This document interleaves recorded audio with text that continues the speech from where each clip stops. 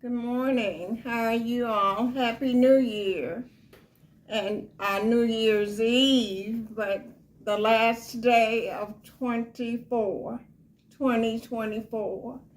So blessings to all of you and your families. Thank you to my supporters and especially the new prescribers. So, we're continuing our studies from the book of Genesis, and today we're in chapter 12. And it begins the people who have been repopulated after the days of Noah. It begins from the call of Abraham, and it's the age of promise. And this age is also called a dispensation, and it runs from Genesis 12. The age of promise runs from Genesis 12 to Exodus in the 19th and 20th chapters.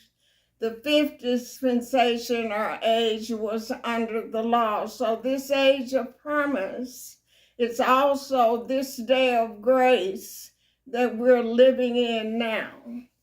And so read a couple of verses from Matthew chapter 1, verse 16. And Jacob begat Joseph, the husband of Mary, of whom was born Jesus, who is called Christ. Verse 17, so all the generations from Abraham to David are 14 generations. And from David until the carrying away into Babylon are 14 generations. And from the carrying away into Bethlehem, I'm carrying away, let's see, and all the generations from David are 14 generations, and from David until the carrying away into Babylon are 14 generations. And from the carrying away to Babylon unto Christ are 14 generations. So when we get to Matthew, there are 14 generations has come and passed, so that's historical. And in Matthew verse 1:18, now the birth of Jesus Christ was on this wise, and then the story of Jesus as a baby. So we thank the Lord for these lessons, and we appreciate all of you who take part in these lessons. And so beginning at Genesis chapter 12, we have the age of promise and the call of Abram.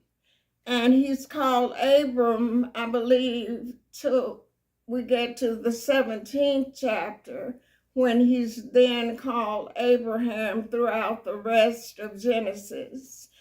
So from this chapter 12 to the end of Genesis, that's the age of promise. And then redemption and exile from Egypt begins in Exodus chapter 1.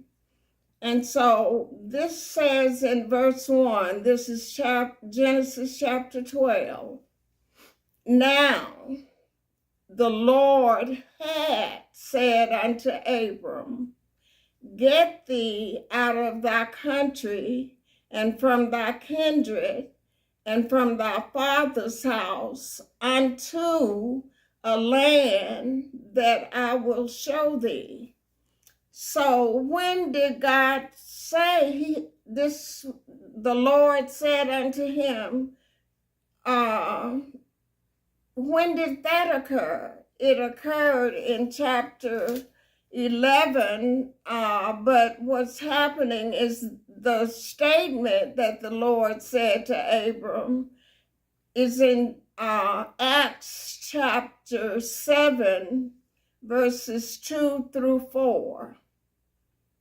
So now the Lord had said unto Abram, now the name Abram means high father, but Abraham means father of a multitude.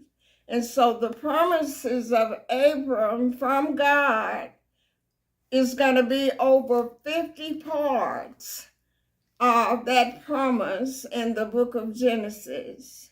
And so verse 2 says, and I will make of thee a great nation, and I will bless thee, and make thy name great, and thou shalt be a blessing.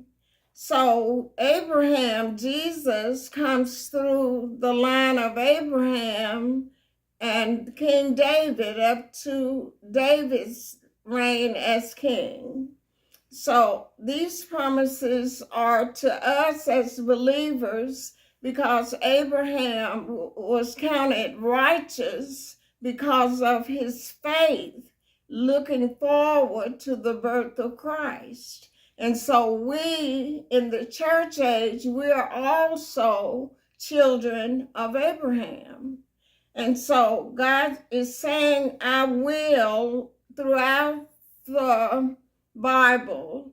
And what we're doing when he says, I will, we're getting the mind of God and what his will is for the times we live in. And so verse 3 says, and I will bless them that bless thee, and curse him that curseth thee. So it's an individual thing.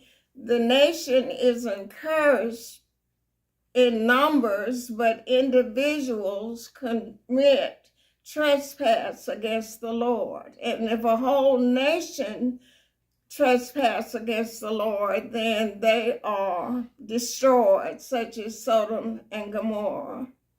And so, but he's got, through Abraham, all families of the earth will be blessed. And we see in the Revelation, the 7th chapter, those sealed and of the tribe of Israel, of the nation of Israel, is when all nations, the multitude out of every country, individuals are going to be saved during the tribulation period. And so in the land, we're taught to worship, commune, and God gives us promises based on our faith, not on our works. Verse 4. This is Genesis chapter 12, verse 4. So Abram departed as the Lord had spoken unto him, and the Lord went, and Lot went with him, and Abram was 75 years old when he departed out of Haran, and we read about that in chapter 11. Now Abraham is getting the promise that he's going to have a seed that will conquer the whole world. And he does not have a child for 25 more years between he and Sarah. But we know he had a son, Ishmael, by Hagar. But they're departed out of Haran, and Abram took Sarah, his wife. Sarai, her name will be changed too to Sarah. And Abram took Sarai his wife, and Lot his brother's son, and all their substance that they had gathered, and the souls that they had gotten in Haran. Now this is a place in Mesopotamia which is also the land of the Chaldeans.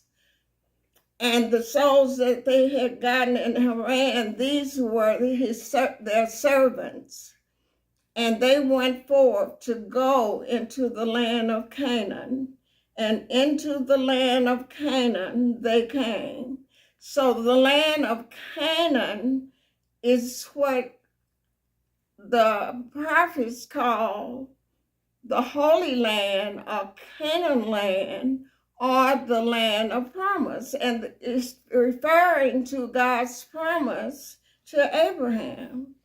Verse 6, and Abram passed through the land unto Sichem, unto the plain of Moreh. And the Canaanite was then in the land, and these are the descendants from Ham, in Noah's son. Verse 7, and the Lord appeared unto Abram and said, unto thy seed will I give this land, pointing to the nation Israel. And there builded he, Abram, an altar unto the Lord, who appeared unto him. Now in Genesis, Abraham is going to build 4 altars for the Lord. And Noah built the first altar to God after the flood. Verse 8, and he removed from thence unto a mountain on the east of Bethel, and pitched his tent, having Bethel on the west and Ai on the east, or Hai. That's the same as Ai in the book of Joshua. And there he builded an altar unto the Lord and called upon the name of the Lord. So this is the second altar he built. Verse 9, and Abram journeyed, going on still toward the south, that is Canaan land. Verse 10, now Abram is being tested here, and he's going to fail the test. Like every one of us are going to be tested, and we can either pass or fail the test. But if we don't keep all completely, then we'll be cursed. But no man kept the covenant, and not even Abraham. And that's why Jesus had to come to pay the sin debt of the whole world. And so verse 10, Genesis 12, verse 10, and there was a famine in the land. And Abram went down into Egypt to sojourn there, for the famine was grievous in the land. Whenever we go away from God, we're going down. Whenever we're going up to Jerusalem, we're from any direction. When you go up, you're going up to Jerusalem. And Abram went down into Egypt to sojourn there, for the famine was grievous in the land. And it came to pass, when he was come near to enter Egypt, that he said unto Sarai his wife, behold now, I know that thou art a fair woman to look upon. Now he's going to say to her what is against the will of God. And it's going to take God's intervention to protect the seed of the woman, because the seed of the woman will bruise Satan's head. And that was a picture of Christ defeating him on the cross and his resurrection.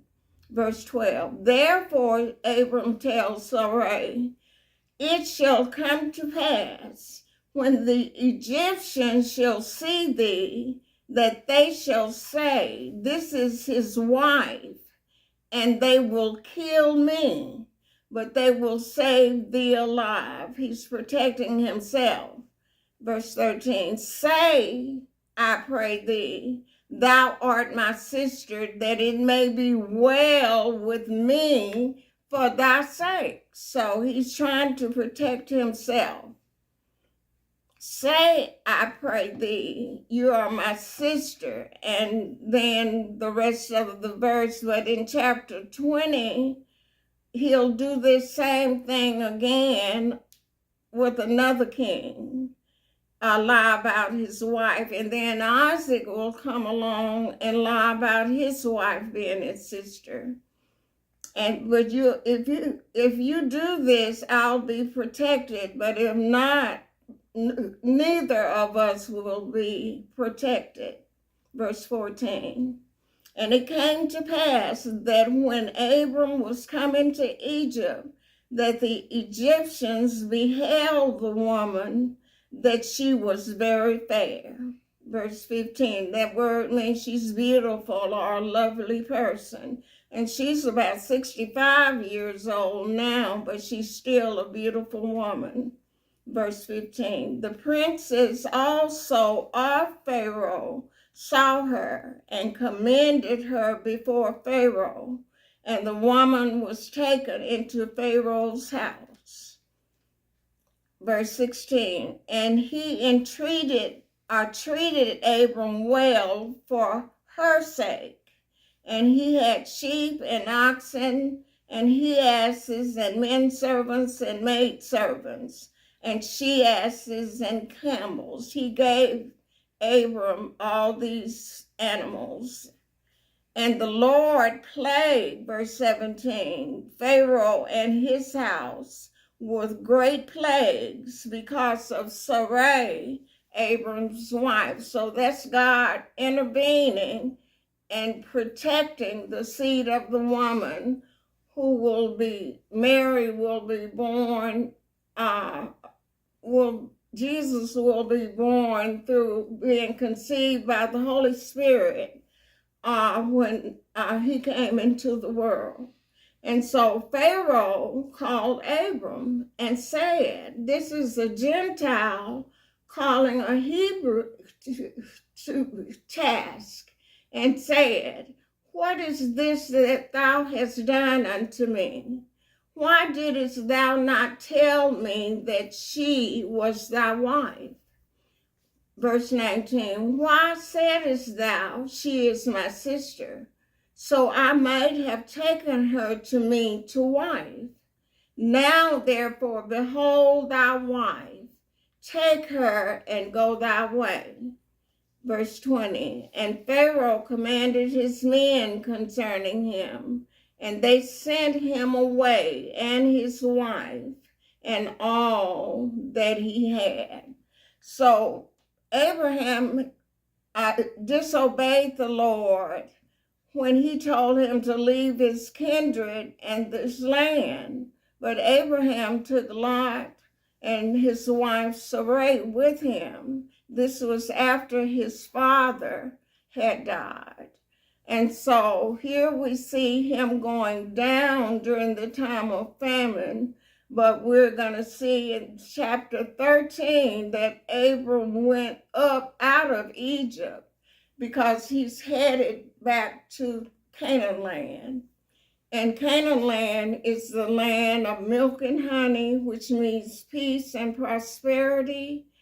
And that has not come. It will come in the millennial kingdom after the tribulation period, or the great tribulation period.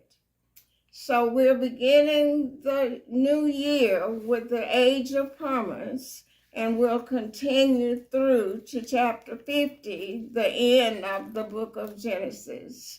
So thank you all for coming, and we'll visit again next time. Again, Happy New Year to you all.